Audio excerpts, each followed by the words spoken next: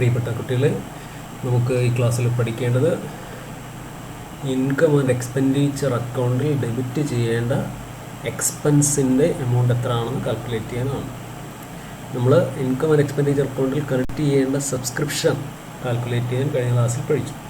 ഇവിടെ എക്സ്പെൻസ് ആണ് കാൽക്കുലേറ്റ് ചെയ്യാൻ പഠിക്കേണ്ടത്. അതായത് നമുക്ക് റെസിപ്റ്റ് ആൻഡ് പേയ്മെൻറ്റ് അക്കൗണ്ടിൽ പേയ്മെൻറ്റ് സൈഡിൽ ഒരു എക്സ്പെൻസ് പെയ്ഡ് തന്നിരിക്കും. ഈ എക്സ്പെൻസ് പെയ്ഡ് ചില അഡ്ജസ്റ്റ്മെൻറ്റുകൾക്ക് ശേഷമാണ് ഇൻകം ആൻഡ് എക്സ്പെൻഡിച്ചർ അക്കൗണ്ടിലെ എക്സ്പെൻസായി എടുക്കേണ്ടത്. അതായത്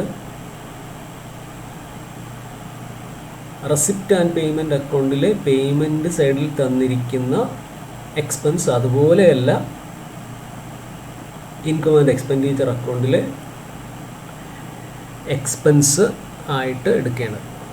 എന്തൊക്കെയാണ് അതിൽ വരുന്ന അഡ്ജസ്റ്റ്മെൻറ്റുകൾ, എങ്ങനെയാണ് ഈ ഇൻകം ആൻഡ് എക്സ്പെൻഡിച്ചർ അക്കൗണ്ടിലെ എക്സ്പെൻസ് കാൽക്കുലേറ്റ് ചെയ്യേണ്ടത്, എങ്ങനെയാണ് കാൽക്കുലേറ്റ് ചെയ്യേണ്ടത് നോക്കാം. അപ്പോൾ എക്സ്പെൻസ് പെയ്ഡ് അതിൻ്റെ ഫോർമാറ്റാണ് തന്നിരിക്കുന്നത്. Expense paid during the year. Expense paid during the year നമുക്ക് റെസിപ്റ്റ് ആൻഡ് പേയ്മെൻറ്റ് അക്കൗണ്ടിലെ പേയ്മെൻറ്റ് സൈഡിൽ തരും. Expense paid during the year, salary paid during the year. ഇനി അതിൻ്റെ കൂടെ 2 ഐറ്റം ആഡ് ചെയ്യുകയും 2 ഐറ്റം ലെസ് ചെയ്യുകയും ചെയ്യും. ഇതാണ് ആഡ് ചെയ്യേണ്ടത്. Expense outstanding on closing date.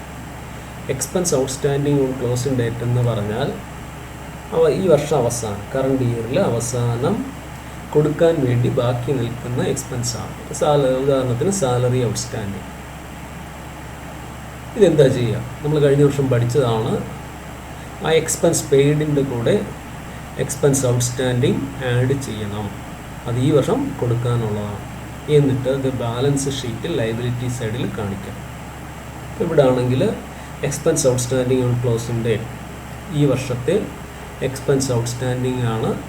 അത് ഈ എക്സ്പെൻസ് പെയ്ഡ് ഡ്യൂറിങ് ദി ഇയറിൻ്റെ കൂടെ ആഡ് ചെയ്യുകയും ഈ വർഷത്തെ ക്ലോസിംഗ് ഡേറ്റിൽ ബാലൻസ് ഷീറ്റിൽ ലയബിലിറ്റി സൈഡിൽ കാണിക്കുകയും ചെയ്യും. രണ്ടാമത് ആഡ് ചെയ്യേണ്ട item expense paid in advance on opening date. Expense paid in advance അല്ലെങ്കിൽ expense prepaid on opening date. എന്താണ് ഓപ്പണിംഗ് ഡേറ്റിൽ പെയ്ഡ് ഇൻ അഡ്വാൻസ് ആയിട്ടുള്ള എക്സ്പെൻസ്? അതായത് കഴിഞ്ഞ വർഷം അത് ആ എക്സ്പെൻസ് പേ ചെയ്തതാണ്. അത് ഈ വർഷത്തെ എക്സ്പെൻസ് കഴിഞ്ഞ വർഷം പേ ചെയ്യും. അപ്പോൾ അത് ഈ വർഷത്തെ എക്സ്പെൻസ് ആണ്, പക്ഷെ അത് പേ ചെയ്തത് കഴിഞ്ഞ വർഷമാണ്.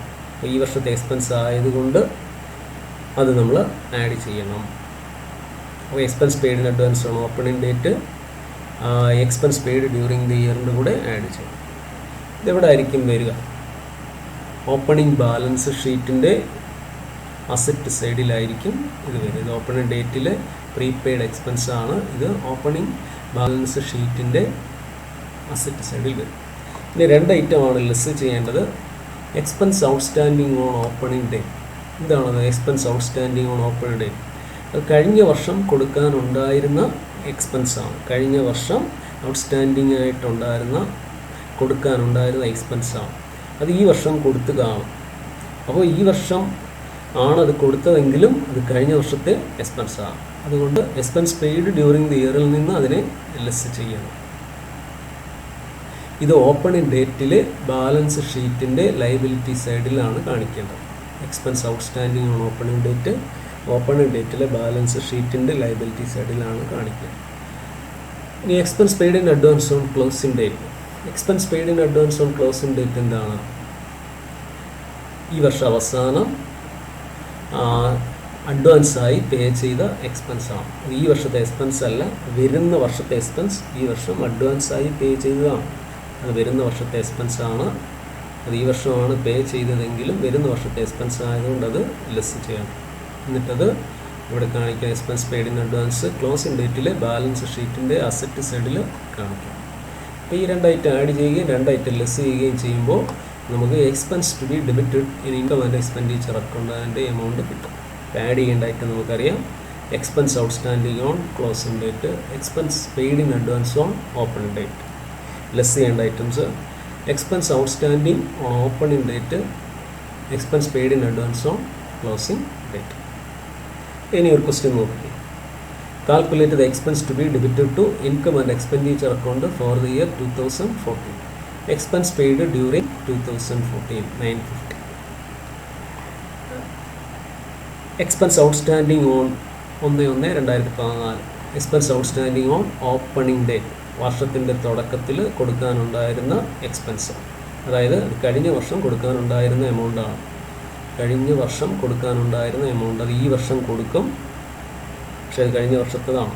ഇനി expense outstanding on 31/12/2014 closing date, ഈ വർഷം അവസാനം കൊടുക്കാനുള്ള എക്സ്പെൻസ് ഔട്ട്സ്റ്റാൻഡിങ്.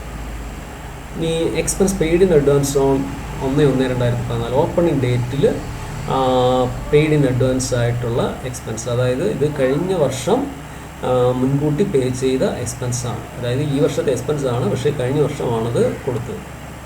ഇനി expense paid in advance on closing day, അത് വരുന്ന വർഷത്തെ എക്സ്പെൻസ് ഈ വർഷം അഡ്വാൻസായി കൊടുത്തേക്കുവാണ്. അത് വരുന്ന വർഷത്തെ എക്സ്പെൻസാണ്, ഈ വർഷത്തത് അല്ല.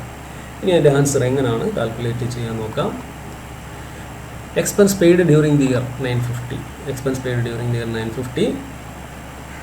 അതിൻ്റെ കൂടെ എന്ത് ആഡ് ചെയ്യുക? Expense outstanding on closing date add ചെയ്യുക. Expense outstanding on closing date add ചെയ്യുക 450. ഈ വർഷം അവസാനം കൊടുക്കാൻ വേണ്ടിയുള്ള എക്സ്പെൻസാണ്. ഇത് എവിടെ കാണിക്കുകയും ചെയ്യണം? ബാലൻസ്, ഈ വർഷത്തെ 31/12/2014 ബാലൻസ് ഷീറ്റിൻ്റെ ലൈബിലിറ്റി സൈഡിൽ കൊടുക്കാനുള്ള എക്സ്പെൻസ് ആയതുകൊണ്ട് ബാലൻസ് ഷീറ്റിൻ്റെ ലൈബിലിറ്റി സൈഡിൽ കാണിക്കുകയും ചെയ്യും. ഇനി expense paid in advance on opening date, expense paid in advance on opening ഡേറ്റും ആഡ് ചെയ്യണം. Expense paid in advance on opening date ആണ് 250 ആഡ് ചെയ്യണം. ഇത് ഓപ്പണിംഗ് ഡേറ്റിൻ്റെ ബാലൻസ് ഷീറ്റിലെ അസറ്റ് സൈഡിൽ വരും. Expense paid in advance opening ഡേറ്റിലെ ബാലൻസ് ഷീറ്റിൻ്റെ അസറ്റ് സൈഡിലും വരും. അപ്പോൾ ഈ രണ്ടായിട്ട് ആഡ് ചെയ്യണം. അപ്പോൾ 700 വരും. 950യുടെ കൂടെ 700 കൂട്ടി മൊത്തം 1650. ഇനി രണ്ട് ഐറ്റമാണ് ലെസ് ചെയ്യേണ്ടത്. ഒന്ന് expense outstanding on opening date.